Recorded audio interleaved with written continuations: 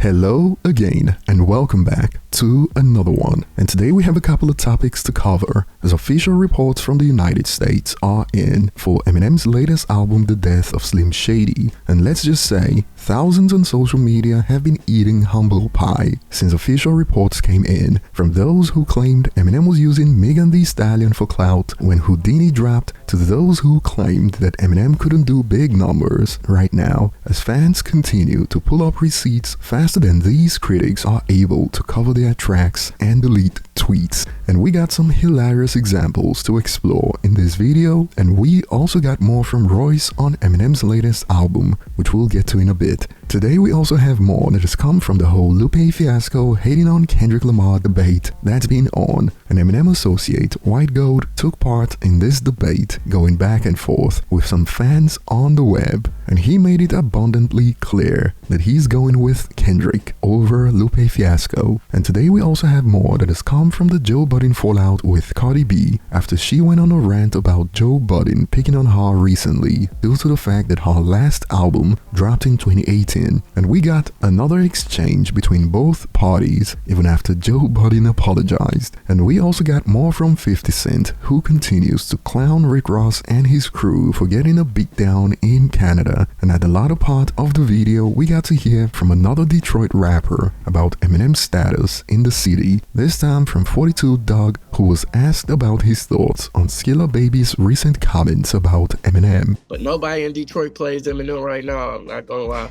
Do we consider him our best rapper? I don't think Detroit does. The Kingmaker has spoken. Oh,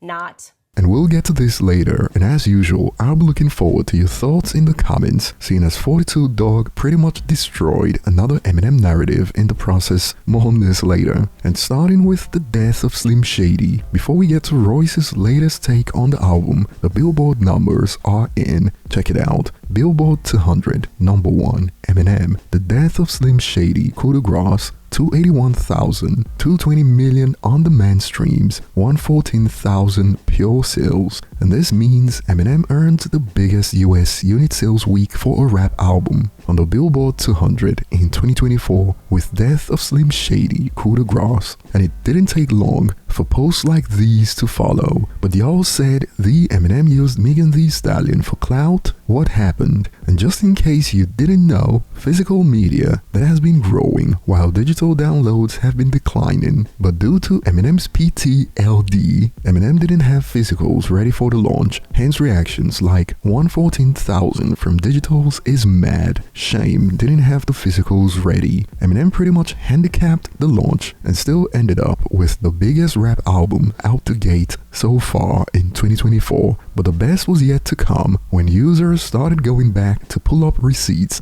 as far back as 2023 during a heated debate about Eminem's relevance, when a user stated, in 2023, Eminem is not selling more than 130,000 first week, even with the heaviest promotion. I don't care about all that ish from years ago. And when a user hit back with, laughing my bum off, I'ma screen grab this ish and retweet it tagging you, when you are almost certainly wrong. Is it 70,000 or is it gonna be 130,000? Which is it? Either way, I'm pretty sure you're drastically wrong. Oh, they were drunk with confidence back then, as this was the response. Yeah, please do. 70,000 on a surprise drop, 130,000 with promotion. And over the last few hours, it has been a roasting session. Bro's been getting piled on Twitter with takes like, he just did 280,000 without physicals, skull emoji, easily could have been like 400 to 450,000 with physicals. And just imagine if physicals also meant vinyls. Crazy how Eminem's been doing this for so long and still gets underestimated every single time. It is wild. And we got to hear from Royce a few hours ago. He shared this on IG about the album. I'm over here cracking up. I I shouldn't be starting my morning off this way, right after gratitude, but this man going off on this album, laughing emojis, he's so immature and bizarre, you caught a body bag. And moving on, White Gold got into it with some hip-hop fans on Twitter over Lupe Fiasco, quote, hating on Kendrick Lamar every chance he gets, like we covered in the last video, where he pretty much revealed Kendrick is not qualified to speak for hip-hop culture and doesn't get to decide who is a part of the culture and who isn't a part of the culture, just like we heard on Not Like Us. And White Gold spawned to respond to this. Lupe greater than both them dudes, to be honest. It is so much easier to say when you don't pay too much attention to the antics outside of music. Both dudes in this case will be Kendrick and Drake, to which White Gold reacted, I promise you, Lupe don't make better albums than that. And when a user hit back with, Lupe Fiasco is a rapper's rapper and one of my all-time faves, but yeah, he definitely does not make albums better than Kendrick. Kendrick is as good as they come with albums. And White Gold still wasn't having it. He ain't no rapper's rapper. He's just a really great rapper. Don't no rappers wanna be like him. I guess we can say with conclusive proof, White Gold isn't a big fan of Lupe. As when a user brought up Lupe's technical ability and skill set, White Gold hit back with, he's not the only one, or even the best one to put words together, so him being a rapper's rapper don't even make sense to me. And even Joe Budden is catching strays in reaction to White Gold's take. He's the Joe Budden of Kendrick Lamar's. And this got the timeline in tears, and this reminded me of a tweet that blew up a few hours ago. Lupe Fiasco says something negative about Kendrick. He has a personal grudge. Joe Budden or hip hop media says something negative about Drake. They are providing criticism. Drake is soft. Suffice to say, without the double standards, this is pretty much saying Lupe a certified Kendrick hater and Joe Budden is a certified Drake hater. And speaking on Joe Budden, he recently addressed his fallout with Cardi B, and apparently he was listening on Twitter Spaces for a while when she was ranting, only for him to find out later that he was the one getting dragged by Cardi B.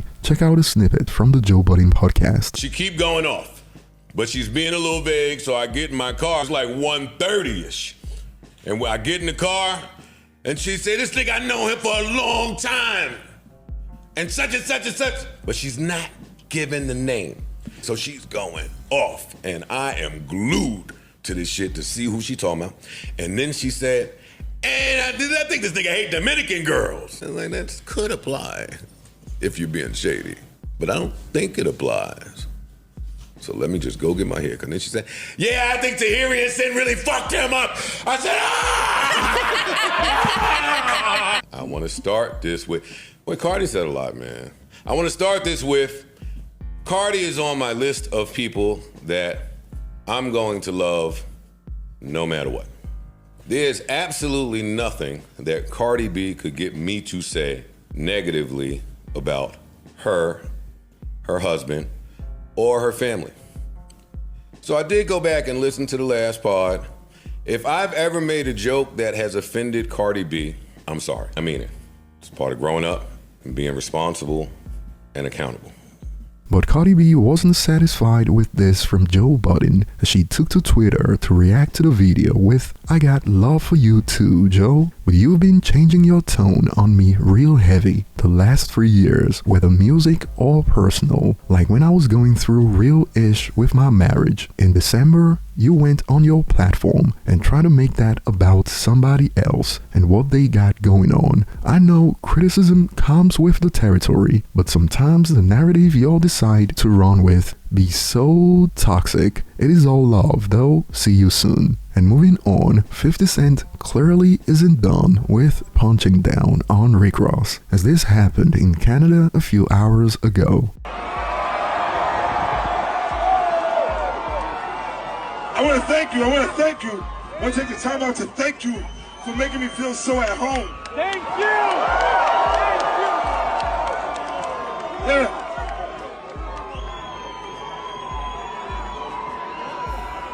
Because some of y'all kick Rick Ross ass, right?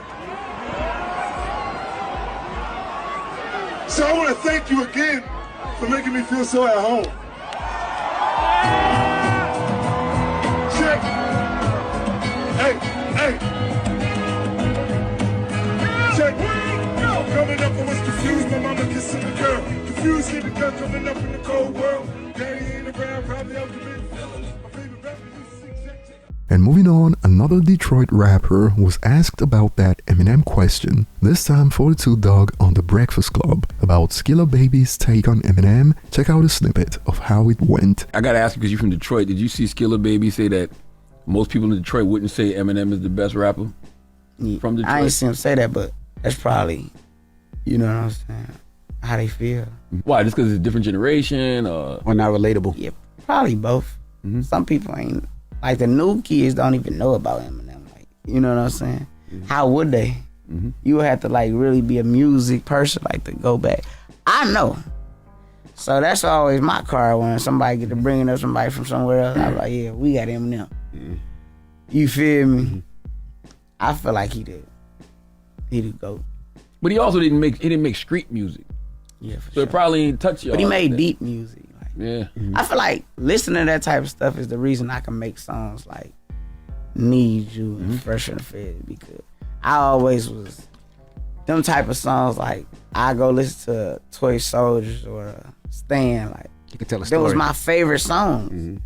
So when it's my turn to make real song, like I already damn near know how to channel it, like, cause I know what I'm looking for. I'm looking for a Stan type of vibe, or I'm looking for a Toy. You know what I'm saying? And people probably ain't. I mean, you know, it's a new generation of kids, so they probably ain't even probably listen to Eminem nothing. And it is wild how narratives about Eminem's music keep getting destroyed in recent interviews and podcasts. A few days ago on the Joe Budden pod, they were talking about how they listened to the new album while they were driving. I ain't playing Eminem in my car. Okay. You playing in yours? You sliding around playing Eminem in your car, you and your old lady? I was driving in the car. I listened to the album. I was on a road trip for about 2 hours. I played it. I ain't playing Eminem in my car. Okay. You playing in yours? You sliding around playing Eminem in your car, you and your old lady? I put this show on the road trip too with my wife. I was like, I don't know if she's gonna like this. She's a social worker. She works in schools. It's very sensitive shit on there. She's sitting there cracking up the whole time. And I tried to put on another album after that, and she was like, this is just not entertaining. I was like, but you like all the foul shit over there that you kill me about making jokes about. Yo, here's the truth. And she was like, yeah, but he makes it fun. Here's the truth. Just need a little bit of water. And now the narrative about how Eminem's music lacks content got flipped on its head. Anybody could rhyme words. What are you saying? But he also didn't make street music. Yeah, for so it probably ain't touch y'all. But he made like deep music. Gotcha. Now, every rational hip-hop fan knew that those narratives were all bullcrap from the start, but those who choose to be ignorant are clearly running out of holes to bury their heads in at this point, as we continue to see figures with visibility in hip-hop shut down these false narratives. And I'll be looking forward to your thoughts in the comments. Thanks for watching, and see you on the next one.